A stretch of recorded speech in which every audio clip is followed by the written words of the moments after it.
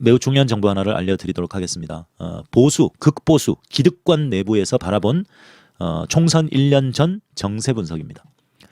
총선 1년 전의 정세 분석이 왜 중요하냐면요. 이제까지 단 한 번을 제외하고는 이 총선 1년 전의 민심이 그 1년 이후에 총선을 결정했다는 겁니다. 대선도 마찬가지입니다. 대선도 그렇고 총선도 그렇고 지방선거도 그렇고 1년 전의 민심이 1년 뒤에 선거를 결정했다는 겁니다.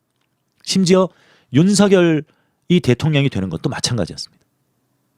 그리고 제가 제 방송을 들어보신 분들은 기억하시겠지만 실제로 제가 지난 대선 때 깜깜이 기간 때 일주일 전에는 여론조사를 공표할 수 없습니다. 그러나 캠프에서는 계속해서 여론조사를 돌립니다. 지역별로도 돌리고요. 사실 대선 1년 전에 대선 일주일 전에 깜깜이 기간 때도 3%를 뒤지고 있다는 정보를 저도 받았습니다. 아, 이거 큰일 났구나. 지금 우리가 일주일을 정말 열심히 밭을 갈고 하루에 진짜 3명씩만 내 지인들에게 전화 돌리고 만나고 그래서 설득을 하면 이걸 바꿀 수 있겠구나. 그래서 여러분들이 바꾸신 거예요. 그 여론조사가 3% 진다고 나왔어요. 민주당이 불리한 선거였지 않습니까? 이재명이었기 때문에 그만큼 올라온 겁니다. 그런데 그 일주일 동안 우리가 시간이 좀 부족했던 거죠. 진짜 2, 3일 정도만 더 있었어도 우리가 0.73을 이길 수도 있었다고 저는 생각을 합니다.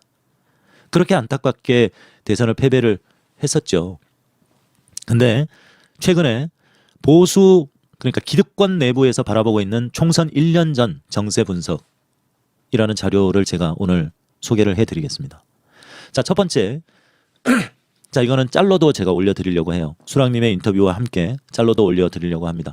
보수 내부에서 바라보고 있는 총선 1년 전, 총선 1년 전 정세 분석입니다. 첫 번째, 대선 총선 1년 전 여론 지지율의 결과가 1년 후 선거의 결과로 이어졌다는 통계는 87년 민주화 이후 노무현 대통령 선거 한 번을 제외하고는 이제까지 적중해 왔습니다. 두 번째, 지난 대선 1년 전에 2022년 3월 윤석열 후보가 여론조사에서 1위로 올라선 후에 대선 1년 전 1위로 올라선 후에 2023년 3월 대선도 윤석열 당선으로 이어졌습니다. 비록 0.73의 차이였지만 윤석열이 당선이 됐죠. 세 번째, 최강욱 의원도 대선 기간 중에 위와 같은 정보를 검찰 내부에서 입수하고 여러 차례 발언했지만 아무도 이슈화하지 못했습니다. 즉 윤석열 사단이 1년 전 지지율 1위 후보가 노무현 대통령을 빼고는 모두 당선됐다는 것을 이미 알고 기획하고 있었다는 겁니다. 동요하지 말고 있어라. 검찰을 향해서. 동요하지 말고 있어라. 내가 반드시 당선될 거니까 검찰을 내가 대통령이 돼서 검찰을 다시 살리겠다. 그렇게 장담을 했다고 합니다. 자, 그 다음에 보수 검찰들은 이러한 통계와 과거 한동훈이 과거를 집요하게 언급하고 있죠. 과거 데이터를 가지고 정치 기획을 지금도 하고 있습니다. 다섯 번째, 민주당 기획자 특히 수박들도 돌머리가 아니기 때문에 정치권 경력이 있는 의원들은 모두 공감하는 누구나 알려진 사실이기도 합니다. 왜 그러냐? 총선 1년 전인 이 시점에 검찰은 이재명 대표 체포동의서를 제출하고 체포동의안을 국회에 표결에 붙였습니다. 그런 타임 스케줄을 밟아왔습니다. 총선 1년에 임박해서 여론을 뒤집기 위한 방편으로 이재명의 체포동의서를 제출한 겁니다. 그래서 윤석열이 즉각 사인하고 한덕수가 사인하고 한동훈이 사인해서 국회로 던진 겁니다. 그게 바로 총선 1년 임박입니다. 자, 왜? 민주당 지도부도 미루고 미루던 이상민 탄핵, 김건희 특검, 대장동 특검을 총선 1년 전에 행동에 옮겼죠. 왜 수박들은 총선 1년 전에 난동을 피우는 걸까요? 이것이 바로 선거 1년 전에 특히 총선 1년 전의 민심이 총선의 결과를 좌우한다는 그 거의 진실과도 같은 이제까지의 통계와 데이터를 그들도 알고 있기 때문에 그렇습니다. 그래서 국민의힘과 더불어민주당도 서로 이슈를 선점하고 1년 전의 민심을 잡기 위해서 이러한 이슈들을 타이밍에 맞춰서 던졌다는 겁니다. 여러분, 이 분석이요. 기득권, 그 극보수 내부에서 바라보고 있는 1년 전, 총선 1년 전 정세 분석입니다. 이 모든 정치적인 행위가 총선 1년 전 지지율의 향방이 큰 선거상 그대로 1년 후에 선거 결과로 나왔다는 데이터에 의한 정치적인 행위입니다. 총선 1년 전인 지금은 민심, 특히 총선은 중도층의 민심이 선거 결과로 나오게 되는데 보수 내부에서 그렇게 판단하고 있습니다. 중도층의 민심이 선거 결과를 좌우한다라는 겁니다. 따라서 이제 지난달에 나왔거든요. 설명절이 지난 지금 현재 민심의 고지를 점령하기 위해서 죽기 살기로 전쟁을 하고 있는 겁니다. 이재명 체포동의안, 이재명을 공격하고 이재명을 끌어내리려고 하고 민주당 내부의 이 수박들도 이재명의 지도력을 분산시키고 이재명을 끌어내리려고 하는 이 행위들이 그냥 우연히 벌어지는 게 아니라는 겁니다. 총선 1년 전에 민심을 확보하기 위한 치열한 총성 없는 전쟁이다. 그렇게 볼 수 있는 겁니다. 더 중요한 내용이 나옵니다. 보수 기득권들이 가장 두려워하는 시나리오가 여소야대 정국이 탄생되는 겁니다. 한국의 보수 정당, 사실은 보수가 아니죠. 이제 국민의힘을 일컫습니다. 국민의힘이 연속 2번의 총선에서 다수당 실패라는 의미는 기득권들에게 이제 더 이상 보수당의 미래가 없다라는 신호를 주는 겁니다. 즉 누리고 있는 모든 법률 제도가 사라지고 기존 법률도 개정을 못한다는 사망선고로 받아들인다는 겁니다.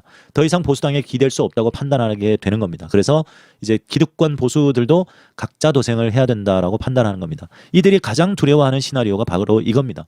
내년 총선에서 압도적인 더불어민주당의 압도적인 당선으로 2번의 국민의힘의 그 의석 확보가 2번의 실패로 이어진다면 이제 기득권 보수들에게는 더 이상 보수당의 미래가 없다. 국민의 여론이 이제 바뀌어져 있고 이것을 뒤집기 힘들다라는 신호로 간다는 겁니다. 자, 그다음에 두 번째 시나리오. 중도층의 40% 정도가 좌우의 30% 정도가 있고요. 중도층 40% 정도가 총선을 결정하는데 중도층의 50%는 선거 1년 전에 결정을 굳힌다. 나머지 25%는 투표 참여하지 않고 나머지 25%는 선거 당일 또는 임박해서 일주일 안에 결정을 하게 된다. 1년 전 판세로 중도층이 1, 2% 차이로 또다시 수도권에서 민주당의 180석에 준하는 그런 결과를 만들어낼 수도 있다. 저는 사실 여기까지는 기대하지 않습니다. 반대로 중도층이 민주당을 120석 아래로 괴멸을 시킬 수도 있다. 아니면 145대 145 균형 의석을 확보할 수도 있다. 이렇게 보는 겁니다. 이런 세 가지의 시나리오를 보고 있고 나머지는 정의당이나 뭐 또 다른 군소 정당 또는 무소속이 점하게 되겠죠. 140석, 145석 비슷하게 나오거나 아니면 민주당이 압도적으로 승리를 하거나 아니면 민주당이 폭망하거나 이런 시나리오를 그리고 있다는 겁니다. 자, 그러면 종합적인 결론은 어떻게 되느냐. 2024년 총선에서 민주당이 135석 이상을 얻게 되면 이건 어떤 사인으로 받아들이느냐. 이재명에게 민주당에게 다음 대선에서 수권 정당으로 정권을 가지고 가는 수권 정당으로 국민들이 인정한 결과로 보고 있다. 윤석열 정부의 극우 성향에 보수 기득권들은 상당히 불안해하고 있습니다. 윤석열 정부가 지금 극우로 가고 있지 않습니까?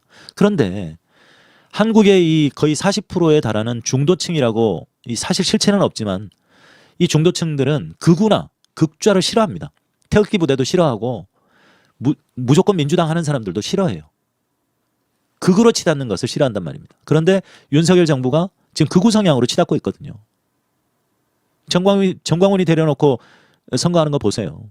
그런 걸 보면 이게 이 윤석열 정부를 사실 이 범국민적으로 좋아하기는 참 어려운 거죠. 중도층이 좋아하지 않는 거죠. 지금 중도층 민심들이 다 돌아섰지 않습니까? 지난 대선에서 윤석열을 지지했던 사람들조차도 이럴 줄은 몰랐다는 거죠. 1년도 안 됐는데 이미 정신을 차렸습니다. 우리 국민들이. 야, 우리가 정말 잘못 판단했구나. 민주당이 미워서 국민의힘을 찍었는데 윤석열이 이따윈지는 몰랐다. 이 정도인지는 몰랐다. 라고 판단하는 겁니다. 중도층의 민심이 이미 돌아갔죠. 그리고 이미 지금도 중도층의 민심이 심각하다고 지금 판단하고 있다는 겁니다. 이거는 극보수 기득권층 내부에서 바라보고 있는 총선 1년 전 정세 분석입니다. 자, 그 다음 시나리오는 민주당이 140석 이상을 확보하게 되면 자, 다음 대통령이 이재명이라고 국민들이 그냥 인정한 것으로 판단합니다. 보수당 법안 하나도 개정 입법 추진 못합니다. 국회 선진화법이 있기 때문에 보수당 국민의힘을 통해서 이 기득권들에게 유리한 대부분 뭐 부동산, 재건축법, 초과이익 환수, 3법, 뭐 신도시 특별법 등등 그들에게 유리한 법안들을 통과시킬 동력 자체가 사라진다고 판단하는 겁니다. 손을 못 댑니다. 실제로 국민의힘이 밀어붙이고 있는 법안을 지금도 통과 못 시키고 있어요. 민주당이 국회 권력을 가지고 있습니다. 169석. 무소속까지 포함하면은 170석이 넘잖아요. 민주당이 국회 권력을 가지고 있습니다. 그러니 국민의힘은 힘을 못 써요. 그리고 윤석열 정부도 힘을 못 씁니다. 그런데 그럼에도 불구하고 왜 민주당 당대표인 이재명 대표를 만나지 않느냐. 심지어는 원고에도 없는 사기꾼이라는 단어를 써가면서 대통령의 연설에 우리가 힘들게 얻은 자유를 사기꾼에게 내어줘서는 안 된다라는 얘기를 합니까? 대통령 그 연설 원고에도 없었던 얘기를 즉흥적으로 한 거예요. 이재명 대표가 앉아있는 자리에서. 이재명 대표가 사기꾼이라고 얘기하지는 않았지만 대놓고 드러나는 식으로 그렇게 얘기를 한 거죠. 대통령이라는 새끼가. 예? 윤석열 정부가 국정 운영을 하기 위해서는 국회의 협조가 필요한 것이고 다수 야당인 제1야당인 국민의힘이 아니죠. 더불어민주당에 뭐 그놈이 그놈이라서 요즘 민주당인지 국민의힘인지도 모르겠어요. 솔직히. 근데 윤석열 정부가 국정 운영을 잘하기 위해서는 적극적으로 더불어민주당의 손을 내밀어야 되고 이재명 당대표와 만나서 국정을 민생을 챙기기 위해서 서로 협조를 구하고 서로 얻을 것을 얻고 해야 되는데 안 하잖아요. 왜 그럴까요? 그래도 안 들어줄 거를 알고 또 지금 이재명이라는 정적을 제거하지 않으면 그들의 미래가 불을 보듯 뻔하기 때문에 그렇습니다. 이거는 뭐 2판, 4판, 공사판이에요. 그렇게 지금 막 지르고 있는 겁니다.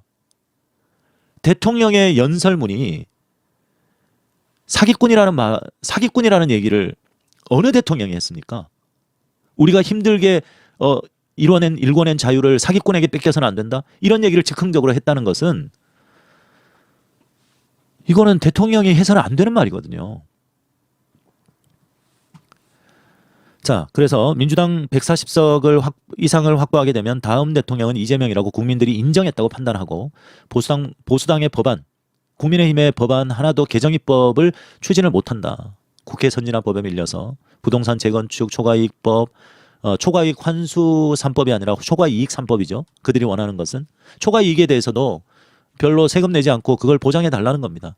지들 주머니 채워 달라는 겁니다.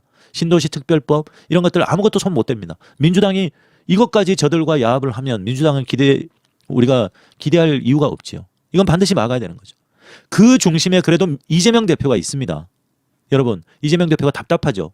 그렇지만 이재명 대표가 그래도 민생을 챙기면서 국회의 여러 가지 입법들에 대해서 세세히 챙기면서 열심히 일하고 있습니다. 본인 재판만 준비하는 게 아니라 출근해서 각 상임위에서 올라오는 법안들 거기에 대해서 각 상임위와 긴밀하게 소통하고 그렇게 열심히 지금 일을 하고 있대요.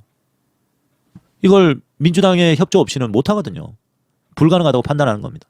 자, 그 다음에 민주당이 150석 이상을 가져가게 되면 한국의 보수, 그러니까 기득권, 보수는 연속 2번의 패배로 인구 구조, 경제 환경상 영원히 이제 국민의힘은 다수당이 될 수 없다는 역사의 변곡점으로 판단한다. 한국의 보수는 이제 괴멸한다. 라고 판단하는 겁니다. 내년 총선에서 민주당이 150석 이상, 과반 의석 이상을 확보하게 되면 지금 기득권 극보수에서는 이제는 경제, 인구 구조, 경제 환경상 이제 국민의힘은 영원히 다수당이 될 수 없다는 역사의 변곡점으로 판단한다는 겁니다. 한국의 보수도 아니죠, 사실은. 기득권이죠. 수구 기득권 무리들이죠. 괴멸한다고 판단하는 겁니다. 내년 총선에서. 2024년 총선에서 민주당이 100석 아래 또는 120석 아래로 만들어야 보수당의 미래가 있지만 거의 현실 불가능하다고 현재 보수 기득권들 내부에서는 잠정 결론을 내린 상태다라는 겁니다. 내년이 멀게만 느껴집니까? 자, 이 내용은 물론 뭐 다 알고 있는 내용이실 수도 있겠습니다만 매우 중요한 내용입니다. 극보수 기득권들이 분석하고 있는 총선 1년 전에 지금 정세 분석입니다. 그래서 내년 총선은 지금 시뮬레이션을 돌려보니까요. 국민의힘이 120석 정도 되고 민주당이 한 140석, 145석 정도 된다고 저도 최근에 정보를 들었습니다. 지금 여론상으로 보면 145 대 120 정도를 본다고 하더라고요. 모르죠. 앞으로 어떻게 될지. 그것은 민주당이 어떻게 하느냐에 달려 있고 또 국민의힘이나 윤석열 정부가 어떻게 하느냐에 달려 있죠. 1년은 사실 뭡니다. 그동안 어떤 일들이 벌어질지 모르는 것이죠.